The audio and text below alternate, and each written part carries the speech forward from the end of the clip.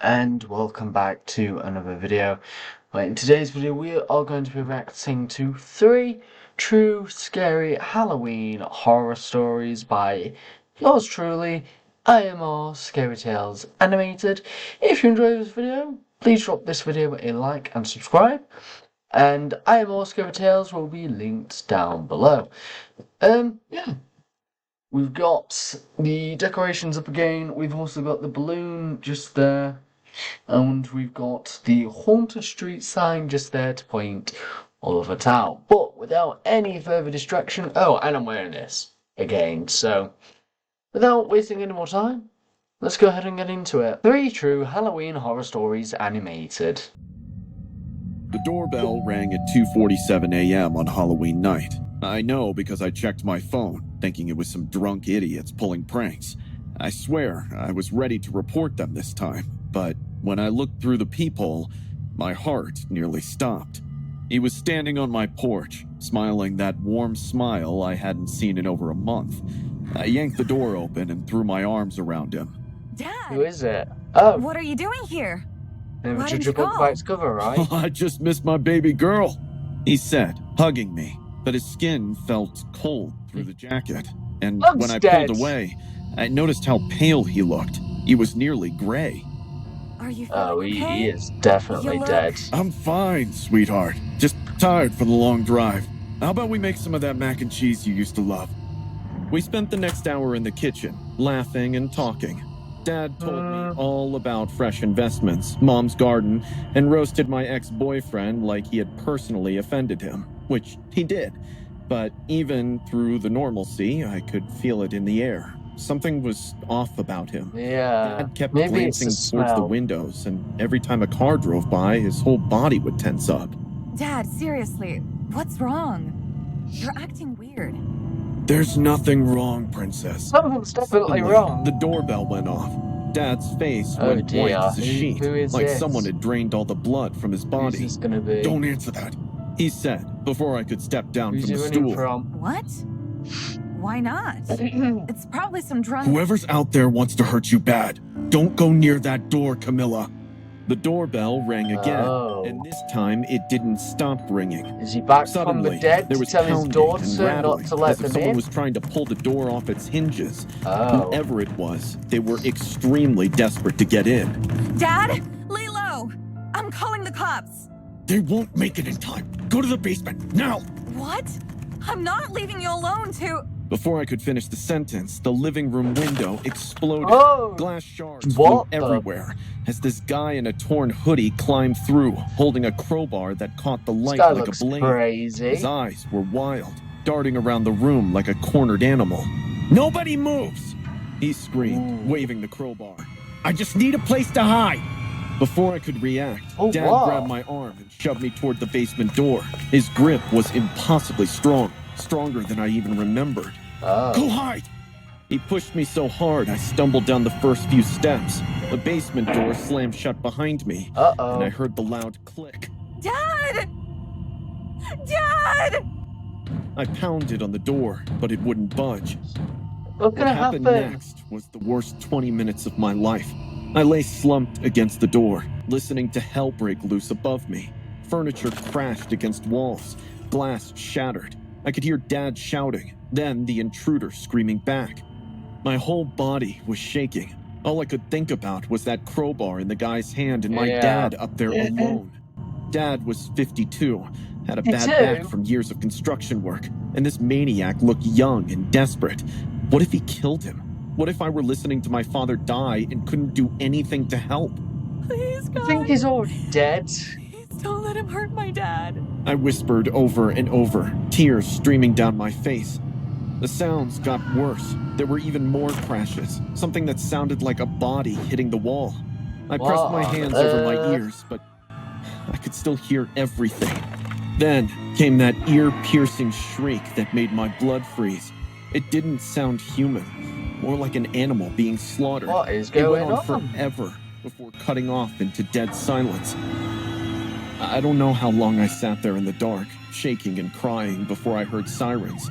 The police had to break down the basement door because somehow it had gotten jammed. Are you hurt? Here's The a first plot cop asked, twist. helping me up the stairs. Outside, the living room looked like a war zone. Furniture was Ooh. overturned. There was glass everywhere and blood splattered on the walls. They found the intruder curled up in the corner, rocking back and forth and babbling about fiery spirit. He broke into the gas station down the street first, one of the officers explained. Then came here looking for somewhere to hide. Lucky you were smart enough to hide in the basement. Probably saved your life. Dad! Where's my dad? Where is he? I sobbed. Uh-oh. The cops looked confused. Chills. Your dad? Ma'am, there's no one else here. But he was here. We were talking in the kitchen and when that guy broke in. Ma'am, we've searched the whole house. You're the only one here. That's when my phone rang. It was Mom. No. We've been trying to call you. Oh dear. Your father. He had a heart attack at work tonight. He's gone, baby. He died at 1:30. The phone slipped from my hands, clattering on the floor. 1:30 a.m., an hour and 17 minutes before he'd shown up at my door. The cops were staring at me now, probably thinking I was in shock. One of them picked up my phone and handed it back to me. Your mother wants to talk to you, he said gently. Wow. I looked around the destroyed living room, at the blood on the walls, at the intruder still muttering about seeing a dead man. He wouldn't be wrong. Me. I gulped.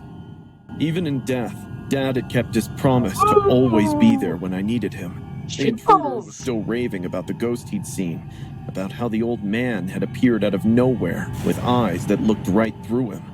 The cops thought he was having a psychotic break, but I knew better. Dad had come home one last time to save me. Dads will do anything for their kids, and not even God can intervene. Oh, well, that one was definitely spooky. I actually enjoyed that one. Wasn't too scary. Kind of expected it, but it still gave you that chill that you need. The way the story is told, the way it is acted out, gives you that chill, and it nearly made me jump out of my skin. Hey, here's story number 2. I was 15, visiting my grandparents for the week before Halloween in Granger Hollow. It was this small town in the middle of nowhere, but my cousin Evan acted like he knew the place like the back of his hand, and had been hyping up this harvest fair all week. On Halloween night, we walked to the fairgrounds on the edge of town. The place was lit up with flickering torches and strings of orange lights. It cast everything in this eerie glow. The air was thick with smoke from bonfires and the smell of hay and spiced cider. I have to admit, the atmosphere was pretty sick. There were booths selling weird trinkets, hay rides through fake graveyards, and people in the most insane costumes I've ever seen. Halloween so Evan much. immediately ditched me to hit on some girls dressed as Disney princesses while I wandered around by myself, checking out the games and stuff. That's when I felt a tap on my shoulder. It's a clown! I turned around and nearly jumped out of my skin. Standing behind me was this clown straight out of a nightmare. Actually. His costume was faded and patchy, like it had been rotting in someone's basement for decades. The makeup was thick and cracked, with this painted-on smile that was way too wide. While his eyes were these pale blue things that seemed to track the number of times I blinked. He was holding out a piece of candy, some kind of corn syrup thing wrapped in clear plastic. But the wrapper was covered in cat hair and dust, like he'd pulled it out of a garbage can. Want some candy, kiddo? He offered, grinning. I looked at the nasty candy and then back at his face. The vibe around him made my skin crawl. No thanks, I said, backing away. There we go. He didn't say anything else, just stood there holding out that gross candy as I turned and walked away as fast as I could. I found Evan by the haunted house. He was still trying to impress those princess girls. Dude, there's this really creepy clown over by the games. Like, seriously messed up. A clown? That's probably just Friendo. One of the girls giggled. He's like the town legend or whatever. Used to be the mascot of this syrup factory that closed down years ago. He's harmless, bro, Evan said, not even looking at me. Just some old weirdo in a costume. But as we moved through the fair, I Probably kept seeing not. him in my peripheral vision. He was behind the apple bobbing booth one second, and next, I spotted him standing next to the hayride or That is lurking a by the very fast bonfire. Ferris wheel. Every time I looked directly at him, he'd vanish. But each time I tell Evan, he'd just laugh and shrug. There! I grabbed Evan's arm and pointed. See? By the corn maze entrance. He's giving me the creeps, Evan. Evan followed my finger and saw Friendo standing there, Well, it's still a bit as a hard to statue, miss. staring right at us. Oh, they're gonna go in the All right, cornfields as you're now, my aren't cousin. Evan scoffed as he picked up a rock from the ground. Hey, Friendo! Catch! He hurled it at the clown. I watched it smack right into his forehead. Blood immediately started running down his face, mixing with the white makeup. Friendo didn't scream or wince. He didn't even touch the wound. He just stared at us for another few seconds, Yeah, I would letting have the as blood well. soak his clothes before he walked back into the crowd. Holy shit, Evan. Why did you do that? Relax, he'll be fine. But I couldn't shake the feeling that we'd just made a huge mistake. By midnight, the fair was winding down. Most of the families had gone home, leaving just teenagers and drunk adults stumbling around. Evan finally got bored trying to impress girls, and we decided to head back to my grandma's house. Instead of taking the main road, Evan insisted we cut through the cornfield behind the fairgrounds. Well, that's not a good idea, he said. The fog had rolled in thick, making it hard to see more than a few feet in any direction. The corn stalks towered over our heads, rustling in the wind. We were maybe halfway through when we heard the laughter, raspy and broken, like someone gargling glass. It echoed through the field from somewhere behind us. Did you hear that? I whispered. Sure did. Evan stopped walking. Yeah. The laughter came again, closer this time. We turned around, and I saw a shape moving through the fog. He was tall and wrong, shambling towards us between the corn rows. Friendo! I gaped. The blood had dried black on his face, and he was carrying something that glinted in the moonlight. As he got closer, I could see it was an axe. The dark blade was something that definitely wasn't rust. His painted smile seemed even wider now, stretching impossibly across his face. Run, Evan breathed. I would have started we bolted running through a the long corn, time stalks ago. In whipping fact, I across our wouldn't even faces be as we in this crashed through row situation. after row. Behind us, Friendo's laughter got louder and more excited. He was enjoying this. I could hear him crashing through the corn behind us, that horrible giggling getting closer. My lungs were burning, and my legs felt like jello, but I kept running. This way! Evan grabbed my arm and yanked me to the right. We burst out of the cornfield and onto the main road, sprinting toward the streetlights of town.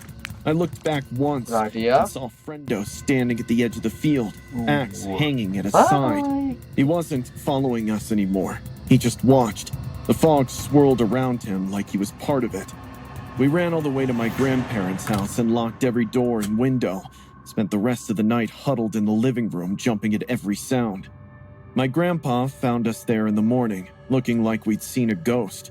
When we told him what happened, his face went white. You boys stay away from the Harvest Festival from now on, he said quietly.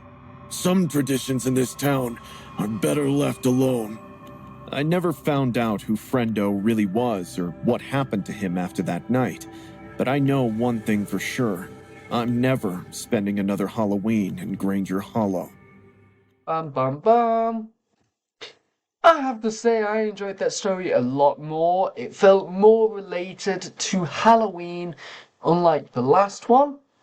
The last one was more just based around Halloween night. Other than that, it could have been set any other time.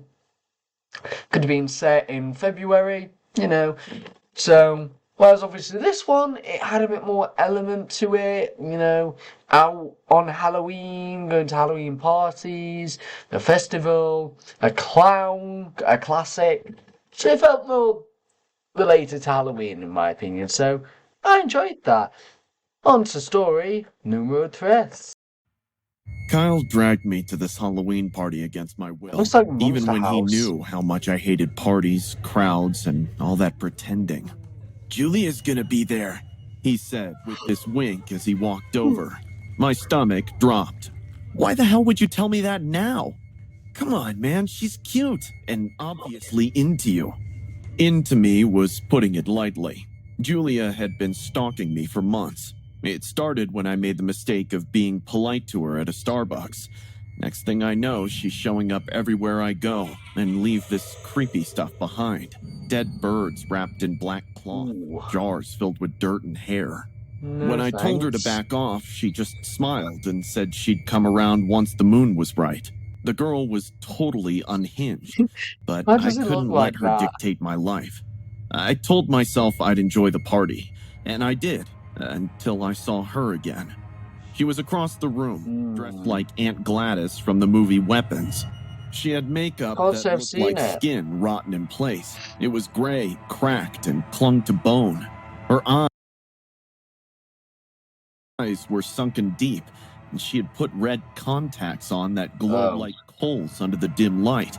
Stringy hair hung down her shoulders, and I wasn't sure if it was a wig, and her red lipstick was smudged on the corners of her lips. Yeah, it is. I tried to ignore her, engaging I'm sorry, in but I can't get conversations over with other these people, animations. but I still could feel her eyes on me wherever I went. At around midnight, she cornered me by the kitchen. Happy Halloween. Dance with me, Eric. No She purred thanks. in this raspy voice. Just stay away. You can't fight what's meant to be. You're crazy. Get help. She scrunched her nose, but backed away. I could see her lips moving like she was muttering to herself.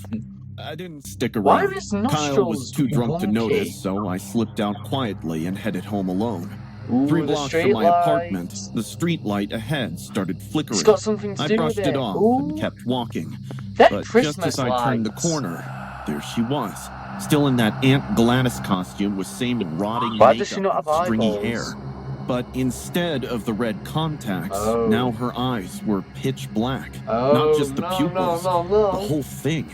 Like someone had poured ink into them. Oh, we need can to still finish see this. them. She said, "There's nothing to finish. Leave me alone." I tried to walk past her, She's but not she cute. grabbed my wrist. Her skin was Ooh, ice cold, oh, and her no. grip was strong enough to bruise. I don't want to mess with You that. don't get to choose. Oh. She hissed. Before I could react, she lunged forward and grabbed a fistful of my hair. Pain shot through my scalp as she yanked hard enough to rip strands out by the roots. Hey, what the heck are you doing? She pulled out this twisted piece of wood covered in thorns and started wrapping my hair around it, chanting in some language I didn't recognize. Her voice got deeper with each word, like something else Some was speaking ASMR. through her. You're mine, Eric. She whispered, her breath hot against my ear. Body and soul. The twigs started getting warm near my chin before it burned hot. She snapped it in half while still chanting, and I swear the air around us like a got voodoo thick. doll. You're insane! I screamed, finally managing to shove her away. She stumbled, I but would have didn't done that a fall. long time I would rather ago. die than be with you, I yelled. Oh. That can be arranged. Be careful She what you wish giggled for. as she came at me with the broken twig, thorns aimed at my eyes. I immediately bolted down the street, my sneakers pounding against the concrete. Another Behind me, I sneak could in hear the her sneakers. feet hitting the pavement, but she wasn't running footsteps. Instead, I could hear this weird skipping rhythm, like she was dancing. I glanced back and immediately wish I hadn't. Oh my She was goodness moving me. wrong. Her arms were swinging too loose, and her head had tilted at an angle that should have hurt her neck, but she was gaining on me. I cut through an alley, jumping over trash bags and dodging dumpsters. My lungs were burning, but I could still hear that sick skipping and giggling getting closer. When I looked back, she was maybe 10 feet behind me, grinning that horrible stretched She smile. looks... Eric! You can't run forever! She squealed. You can run, but I you burst out can't of the alley and hide. onto the main street. My building was still 2 blocks away. My legs were cramping up, but every time I slowed down even slightly, I'd hear that skipping and chanting getting closer. At the corner, I glanced back. Julia was just a few feet away. Her palms were reaching out to me, and I could feel the heat of her body mingling with mine. Before she could grab me, I shoved an elbow into her ribs, hard. I felt her Ouch. stumble back, heard a crack, but didn't look twice. I bolted, sprinting down the block like my life depended on it. Maybe it did. I made it to my building and slammed the door behind me, throwing every lock we had. I barely slept that night. Every time I closed my eyes, I could see Aunt Gladys smiling at me. The next morning, Kyle gave me the news. They'd found Julia unconscious on the sidewalk around 3 a.m. with a severe head injury. She was in the hospital, but couldn't remember anything, not even her name or where she lived. The weird thing is, Kyle said, there was all this hair scattered around where they found her, human hair, and some kind of burned wood. I touched the sore spot on my scalp where she'd ripped out my hair. The doctors said Julia's memory loss might be permanent. Part of me feels bad about pushing her, but mostly I was relieved. If she couldn't remember me, maybe the nightmare is over. Maybe. Anyhow, that was AMR 3 True Halloween Horror Stories Animated. If you enjoyed watching this video, please do remember to drop this video a like and possibly even subscribe. Check out AMR down in the description below. And I'm going to go away now for a week. Probably when this video is uploaded, I will be in Greece. So yeah, upon my return, which will be on Halloween, I may be going live, so keep an eye out for that. It's just going to depend on how I feel. So hopefully it's not going to be the last time you're going to be seeing this setup. Yeah, again, thank you so much for watching me, and if I don't see you before Halloween, have a fantastic Halloween. Night!